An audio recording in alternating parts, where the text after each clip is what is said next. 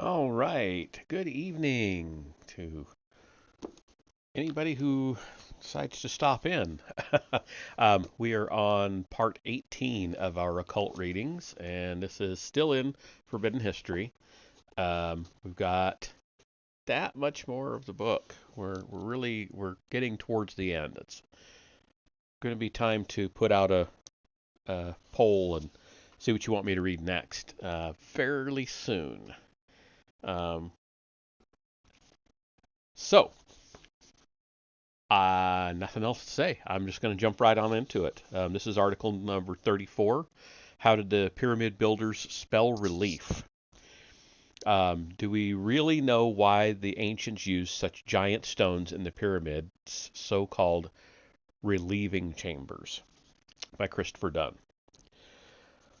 While conducting explorations in the Great Pyramid in 1836, the British military man Colonel William Richard Howard Vyse was in a crouched space above the king's chamber, examining a mysterious layer of granite beams that were similar to the granite beams that formed the ceiling of the king's chamber beneath him. The crouched space is named Davison's Chamber after Nathaniel Davison, who had discovered it in 1765. Howard Vyse, who reportedly had received £10,000 from his family for this exploration, and more important, to liberate themselves from his presence, was intent on making a significant discovery and thus far was not having any luck. The granite layer over his head possessed a tantalizing clue that something might be lying behind it. Noticing a crack between the beams of the ceiling, Howard Vyse mulled over the possibility of yet another chamber existing above. Being able to push a 3-foot-long reed into the crack without obstruction seemed an indication that there must be some other space beyond. However, Howard Vyse and his helpers made an attempt to cut through the granite to find out if there was another chamber above, discovering in short order that their hammers and hardened steel chisels were no match for the red granite. They resorted to gunpowder. A local worker, his senses dulled by a supply of alcohol and hashish, set the charges and blasted away the rock until another chamber was revealed. Similar to Davison's chamber, a ceiling of monolithic granite beams spanned the newly discovered chamber, indicating to Howard Weiss the possible existence of yet another chamber above. After blasting upward for 3.5 months and to a height of 40 feet, they discovered 3 more chambers, making a total of 5. The topmost chamber had a gabled ceiling made of giant limestone blocks. To construct these 5 chambers, the ancient Egyptians had found it necessary to use 43 pieces of granite weighing up to 70 tons each. The red granite beams were cut square and parallel on 3 sides, but were left seemingly untouched on the top surface, which was rough and uneven. Some of them even had holes gouged into their top sides. Oh, and we're in a commercial, it looks like.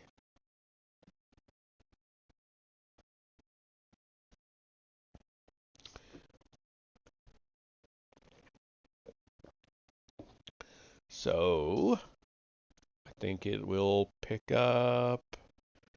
Here we go. There we go. So we were in a commercial, so I stopped. Yeah. Anyway, I distracted myself by watching myself doing this. um, so some of them had holes gouged into their top sides. So anyway, talking about those beams were flat and parallel on 3 sides and rough on 1 side. But here is an illustration of these layers and chambers that I'll show you in just a second. There are 2 illustrations. One says view showing possible construction of King's Chamber without relieving chamber. And then it's got some illustrations on the picture. And then the bottom one says King's Chamber and the so-called relieving chamber. Okay, so first off, we'll focus on this one. Without the relieving chambers. And then with the relieving chambers. So this is what the guy was supposed to have been blasting his way up through. Okay.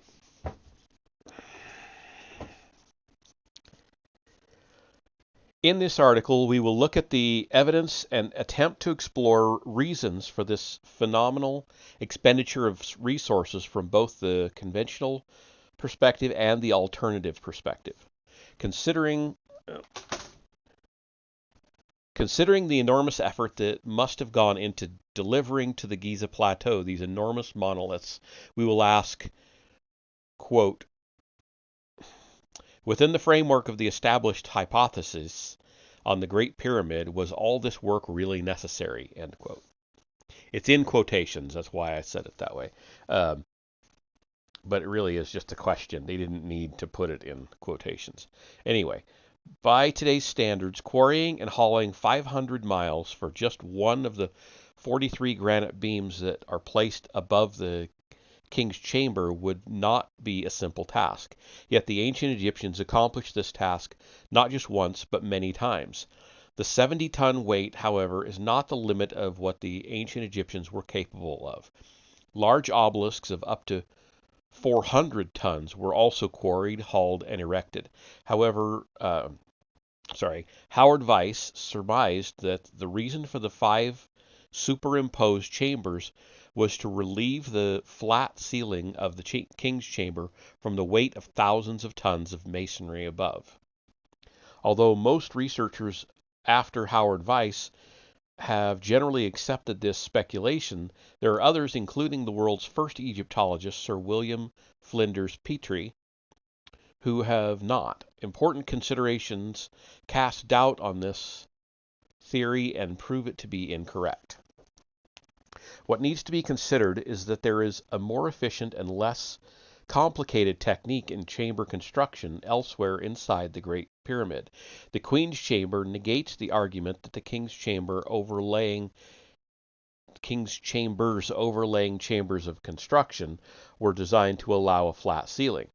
The load of masonry bearing down on the Queen's Chamber is greater than that above the King's Chamber due to the fact that this chamber is situated below the King's Chamber.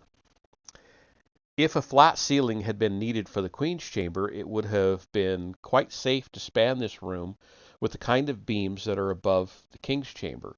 The construction of the Queen's Chamber employed cantilevered limestone blocks that transferred the weight of the masonry above to the outside of the walls. A ceiling similar to the one in the King's Chamber could have been added to this design, and as with the beams above the King's Chamber, the beams would be holding up nothing more than their own weight. When the builders of the Great Pyramid constructed the King's Chamber, they were obviously aware of a simpler method of creating a flat ceiling. The design of the King's Chamber complex, therefore, must have been prompted by other considerations. What were these considerations? Why are there 5 superimposed layers of monolithic 70-ton granite beams? Imagine the sheer will and energy that went into raising one of the granite blocks, 175 feet in the air. There must have been a far greater purpose for investing so much time and energy. There's a third illustration here.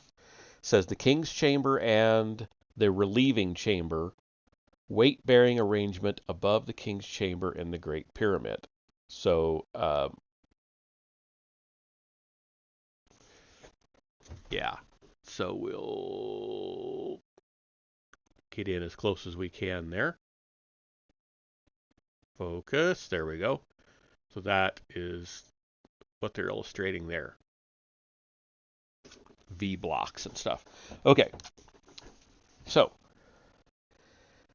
I made the above argument in my book, the Giza Power Plant. Since its publication, the contrary opinion that I had articulated had evidently become a point of discussion on a message board because I received an email from Egyptology student Mikey Brass, within which was a link to a translation of a German magazine article.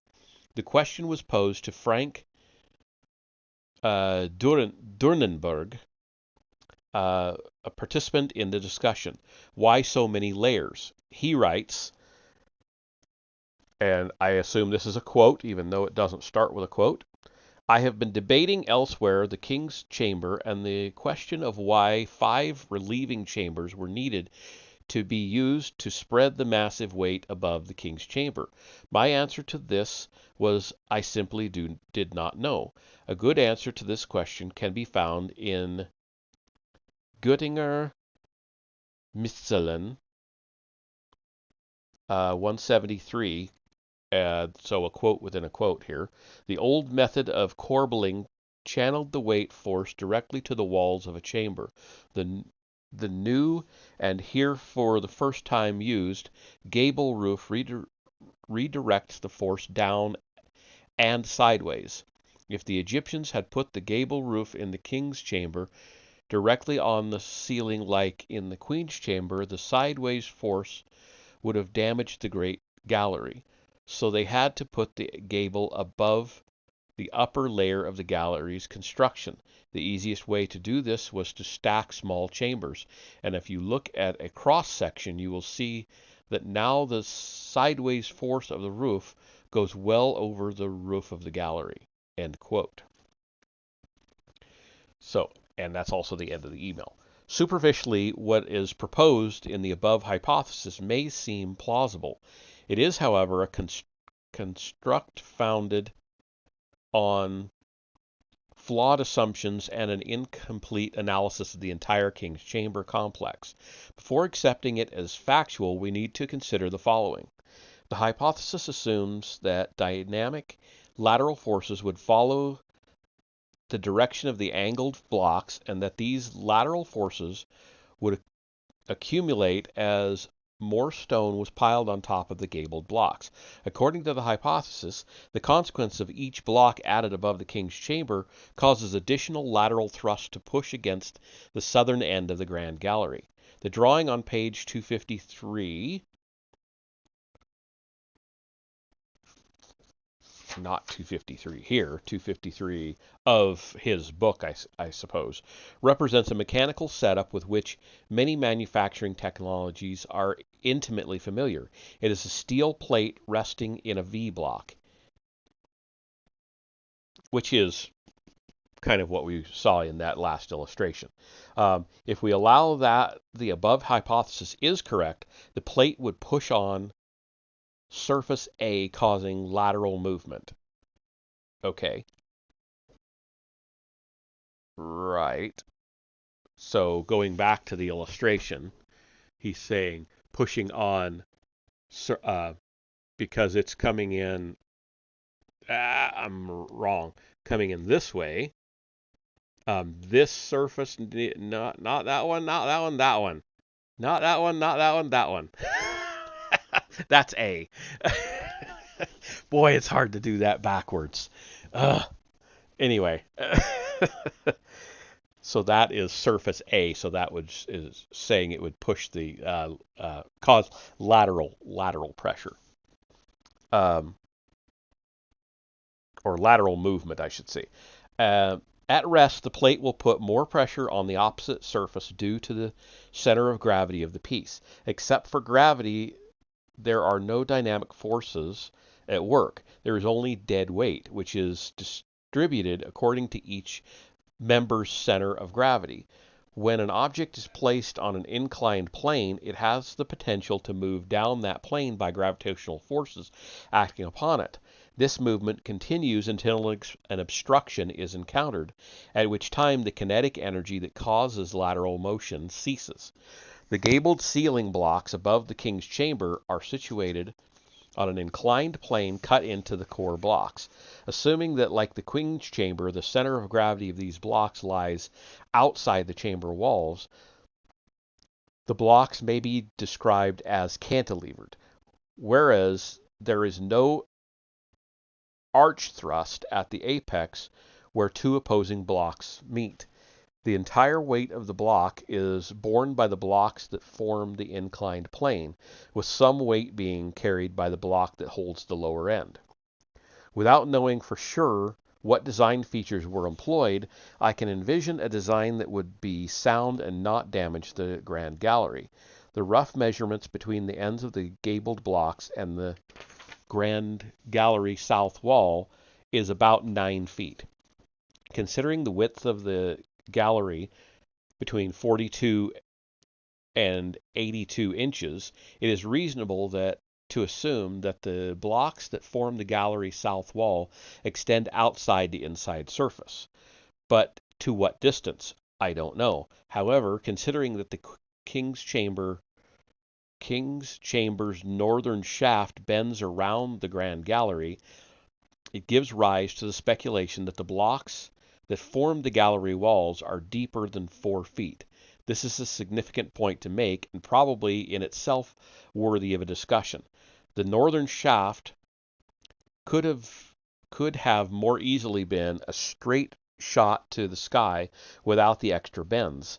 It would have clearly missed the inside wall of the Grand Gallery by about 4 feet. With the Grand Gallery southern wall blocks butted against the gallery east and west wall blocks, any lateral forces that might affect it from the King's Chamber's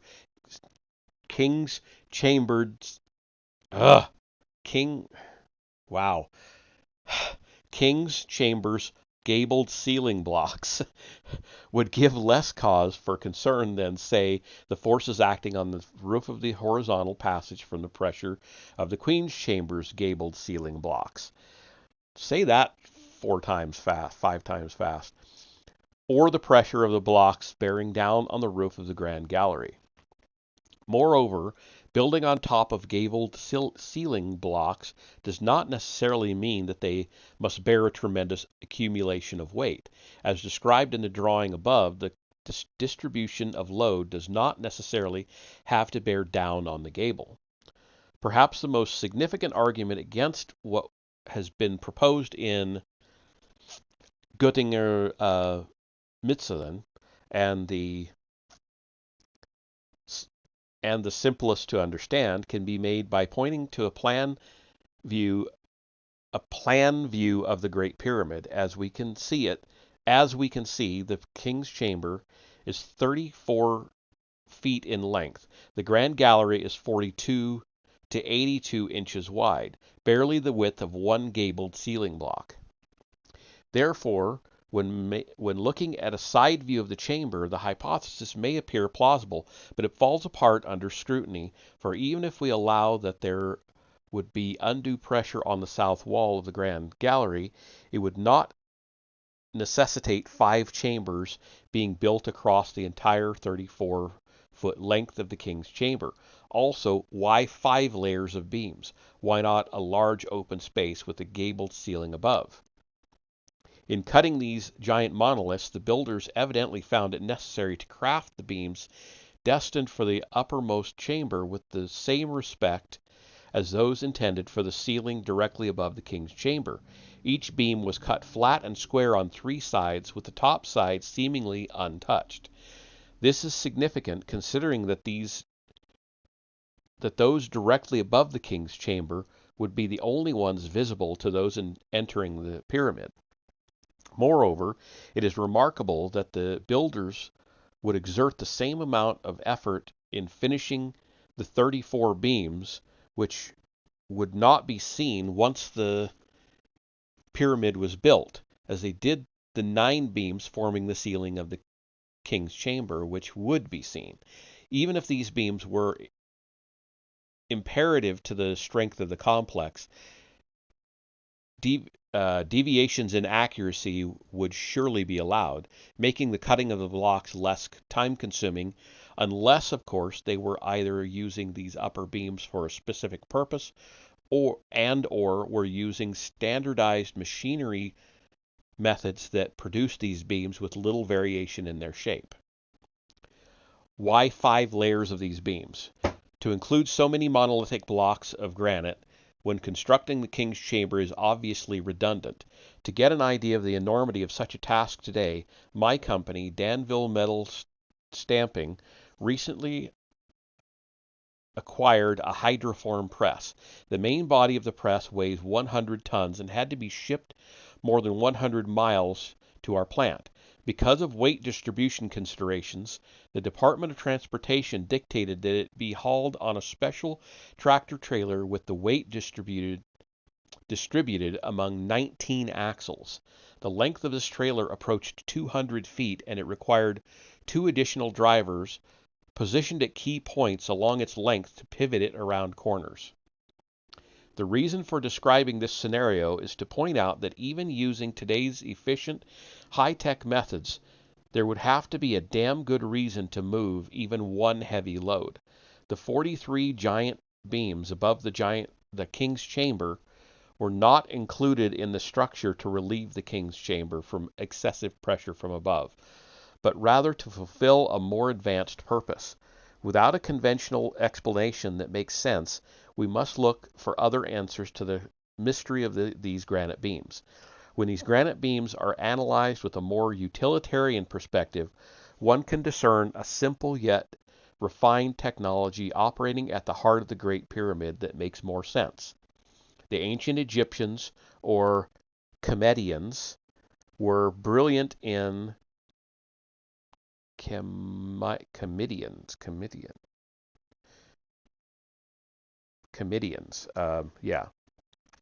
were brilliant in applying natural laws and using natural materials to enable this ancient power plant to function. The granite beams above the king's chamber were an essential and integral part of making this pyramid machine hum. Wow! What is wrong with me tonight? I had a heck of a time getting through parts of that. Geesh. So the whole article was all about those 5 chambers without really giving much of a even speculation as to what they were actually for, even though it spent a lot of time on explaining that they couldn't have been for what they were theorized to be for, which is a little annoying to me. It's like, okay, you went through 6 pages of telling me why they were not what the theory says, but you didn't even once speculate as to what they were for, other than in the last 2 sentences to say that it was part of the power plant theory. So, okay, not the best article that we've read so far in this book. Ooh, excuse me. I don't know why I'm yawning all of a sudden. Not breathing enough while I read, I guess. All right. So, moving on to the second article, Precision. Did the Ancients have it, and if they did, should it matter to us? By Christopher Dunn. Same author. Like I said in the last session, we're going to be sick to death of Christopher Dunn by the time we get through this book, because I think, yep, the article after that is by him, and I think the one after that is by him, and those are the last 2 in this section.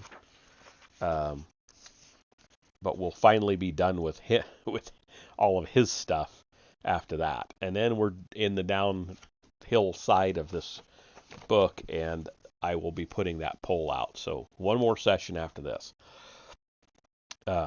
before I put out the poll. All right, so getting into this article.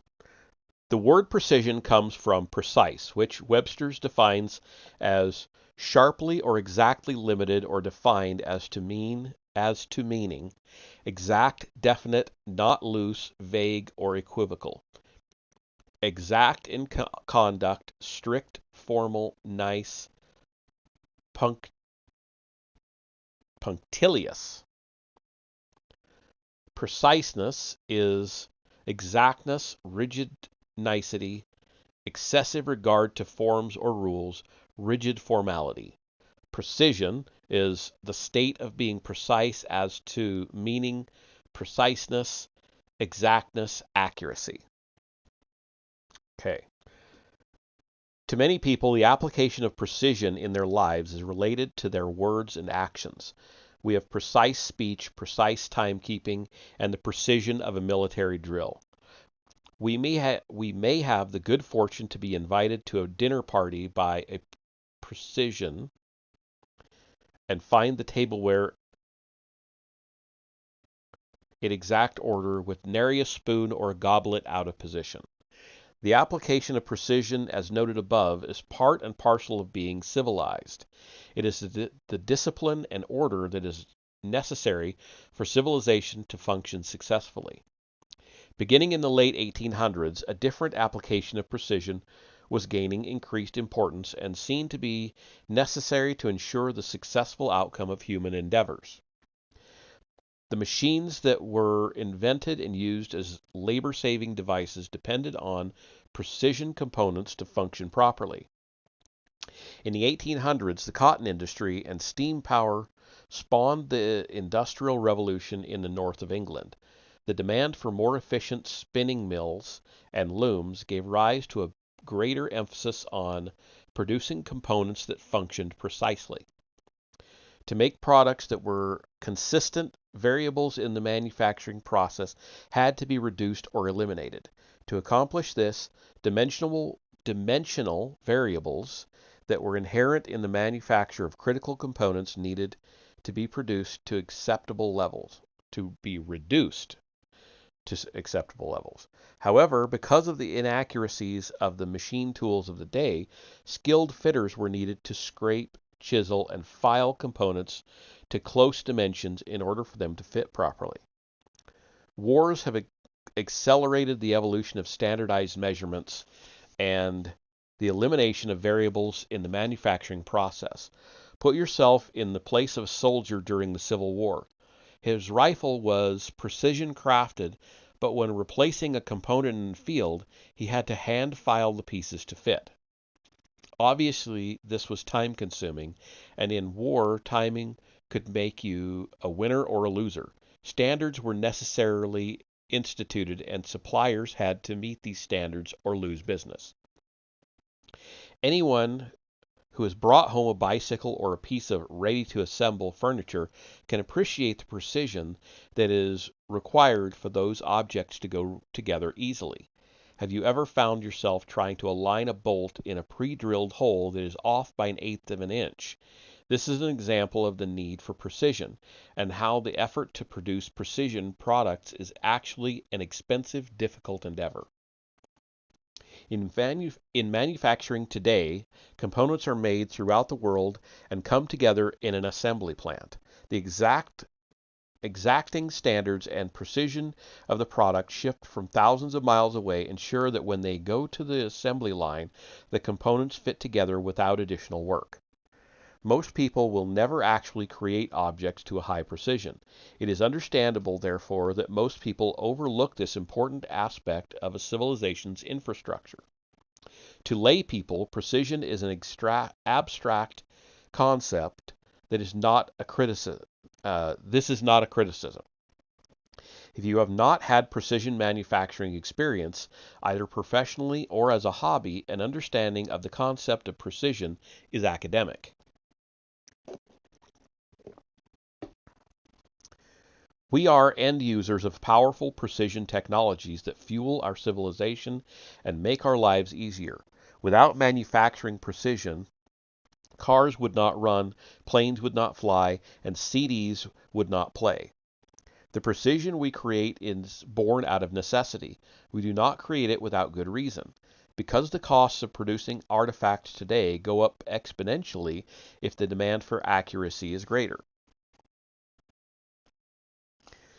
An example of close accuracy and precision is the 12-inch straight edge that I took to Egypt in 1999 and 2001. The edge was finished on a precision grinder.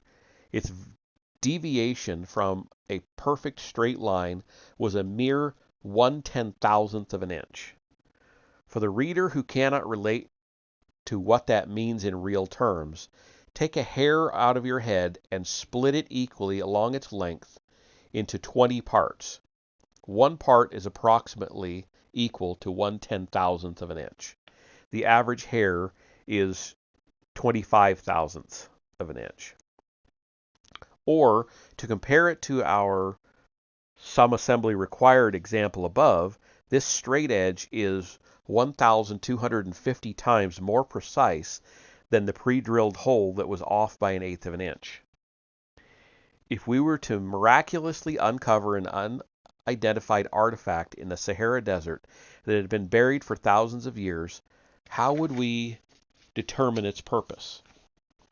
If the speculation arises that it may have been some technological purpose, the challenge would be to prove it, which would require us to reverse engineer its design to determine its function. Reverse engineering has been a part of industrial competitiveness for years. Engineers would buy a competitor's product and by studying its design and components would understand the science and engineering behind its function. This is why the recovery of a potential or real enemy's weapon of war is important.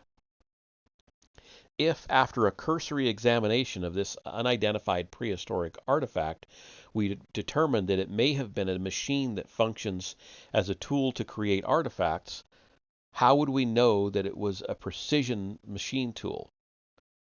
In order to prove the case for our prehistoric precision machine tool, it would need to be measured for accuracy. Certain components associated with precision machine tools are manufactured to a high accuracy.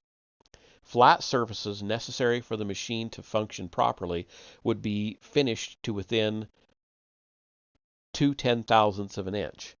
This kind of accuracy separates primitive tools and those that are the result of need and development.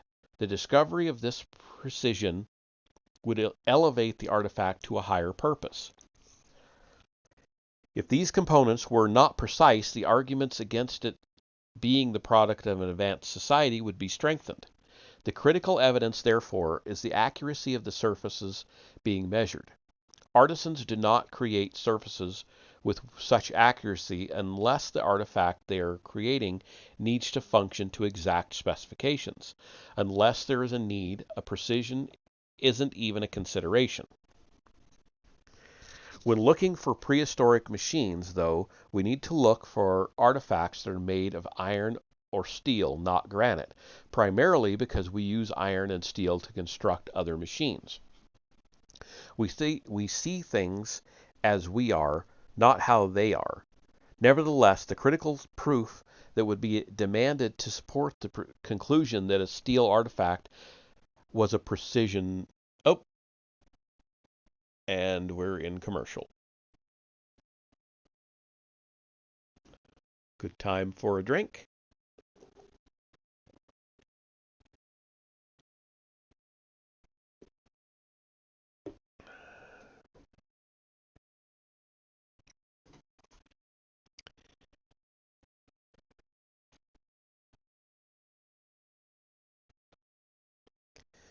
Okay, I'm going to start this. We see things as we are, not as they are.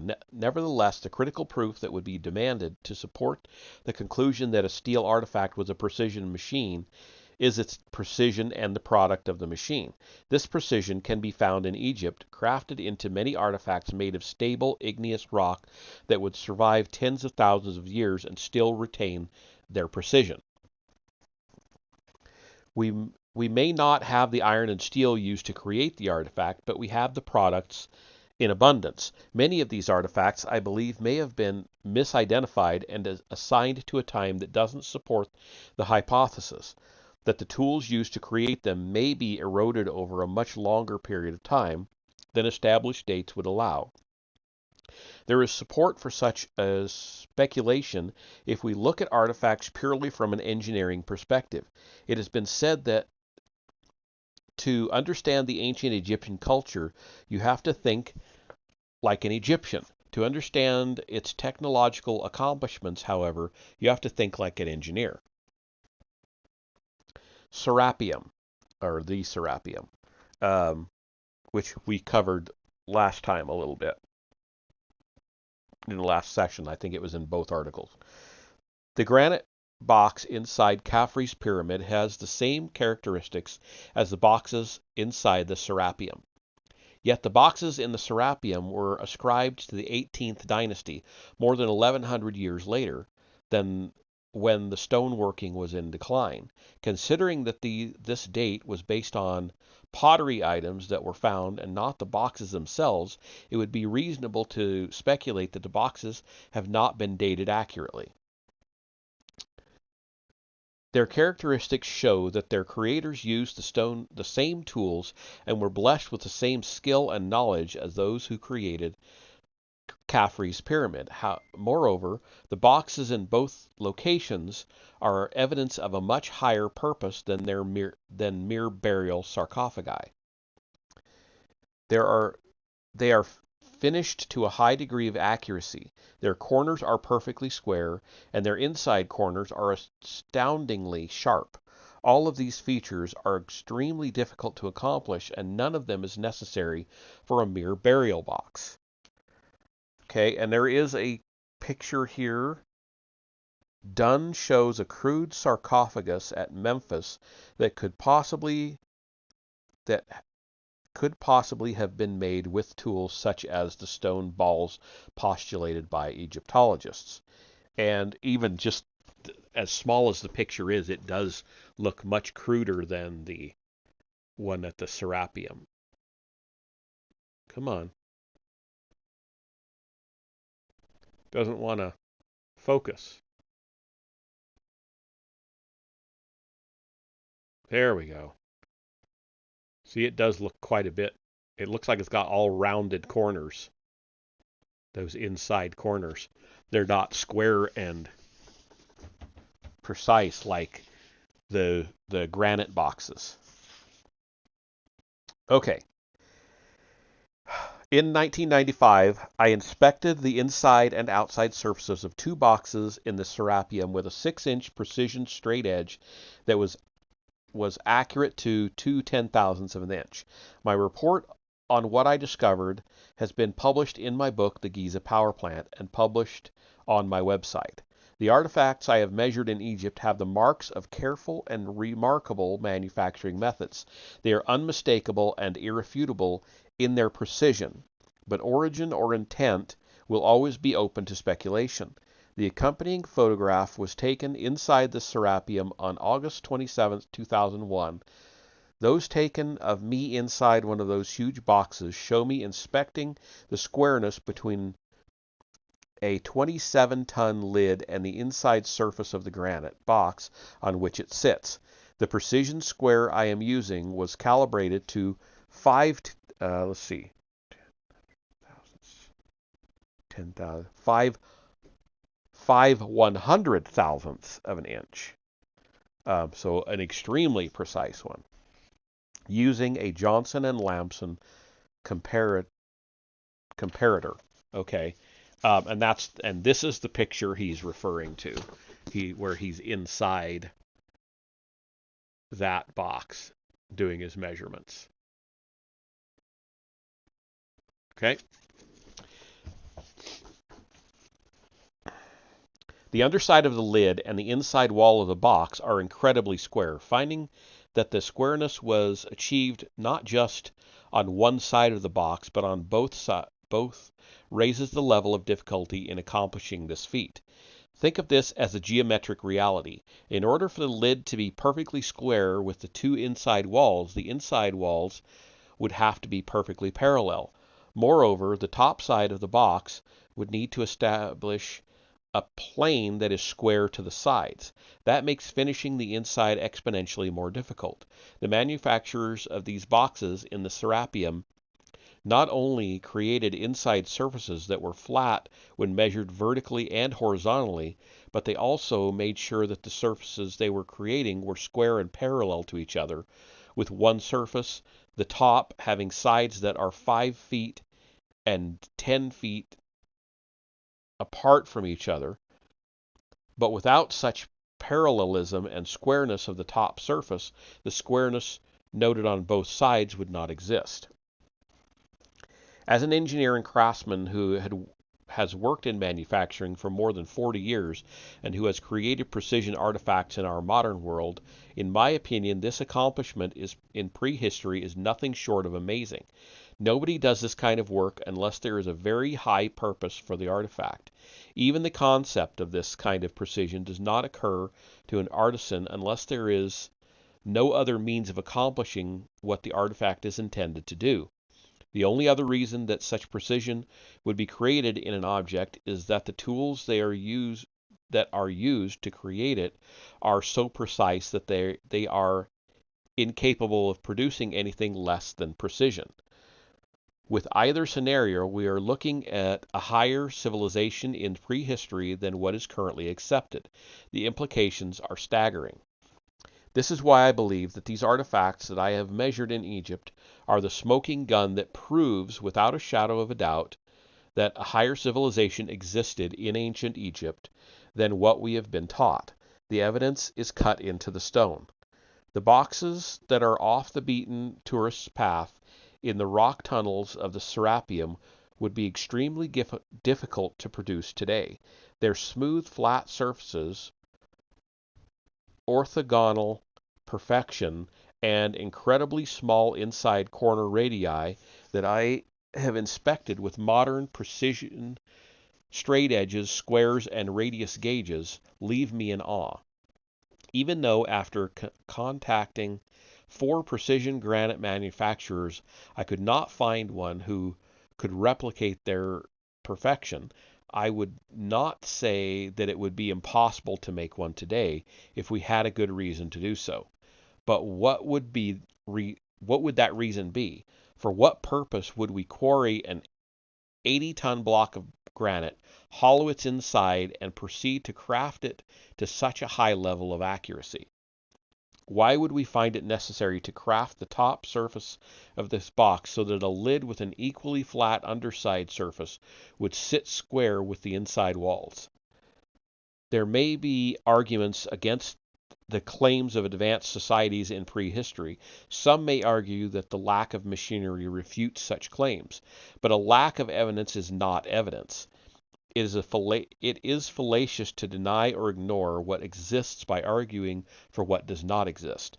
When we ponder the purpose for creating such precision, we inexorably move beyond the simple reasons espoused by the historians and are forced to consider that there was a civilization in prehistory that was far more advanced. Oh, hey, Super Nambro. I just saw that you came in. Thanks. I have. It's been a good holiday so far. Yes, definitely. Um, I just glanced up and saw that you came in a couple minutes ago. Welcome, welcome. I'm almost done with the second article, so I'll go ahead and finish that. It is fallacious to deny or ignore what exists by arguing for what does not exist. When we ponder the purpose for creating such precision, we inexorably move beyond the simple reasons espoused by the historians and are forced to consider that there was a civilization in prehistory that was far more advanced and vastly different from what was previously thought. We do not need to look for secret chambers or halls of records to know that this civilization existed. It is crafted into some of the hardest material with which they worked, igneous rock. And there we go. That is the end of that second article for the night. We've got 2 more to get us through this section of the book, which, of course, I'm not reading tonight. Nope, wait a minute, 3. We've got 3 more, but the last one's only a few pages. We'll do those 3 next session. Yeah, we'll do all 3 next session. And then that gets us into the final section in this book, which is on new models to ponder.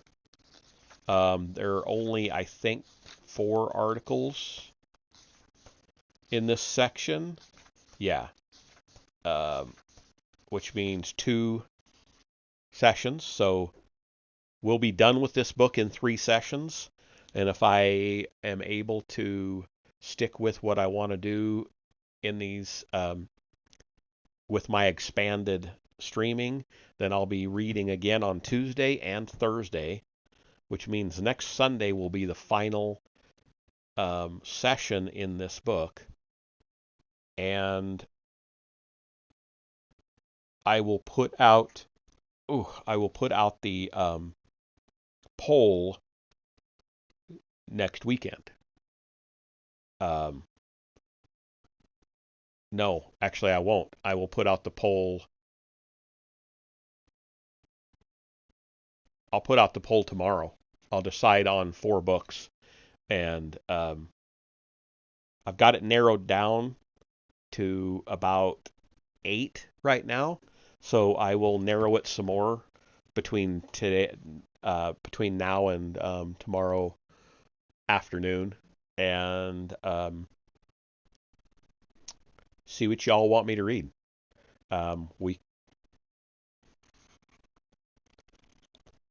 These are great. There are 3 of these books, and I do want to read them on this stream, but I want to break from the articles, and I want to get into something a little bit meatier. So, yeah, we'll figure that out. And I will see you all in a little bit for a session of Fallout 3. So, Just as a reminder, all of this stuff goes on my YouTube channel under the same name, Menace Gilgalad. So if you miss any of these or any of my gaming, it's all there. The only thing that's not going up there is the Star Wars comics that I'm reading because of copyright. I can't show those or store those forever. So, but everything else is there, and it's about a week behind. So, yeah.